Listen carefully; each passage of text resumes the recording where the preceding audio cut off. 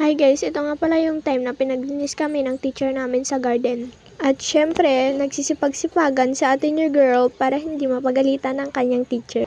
Habang kami ay nagwawalis, nagkwekwentuhan kaming magkakaklase. Tinakpan ko nga pala mga mukha ng mga kaklase ko baka pagalitan nila ako. Mahiyain kasi sila eh. At buti na lang, binidyo ko to kasi minalas ako nung time na to.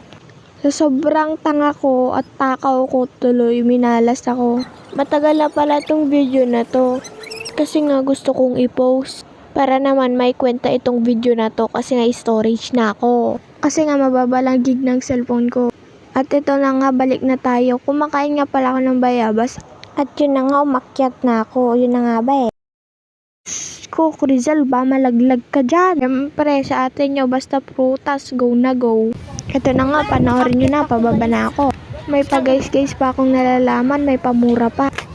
Gago na At yun na nga, kinat ko yung iba kasi nga maraming mura. Dami pa kasing eme ni ate nyo girl, pa video pa eh.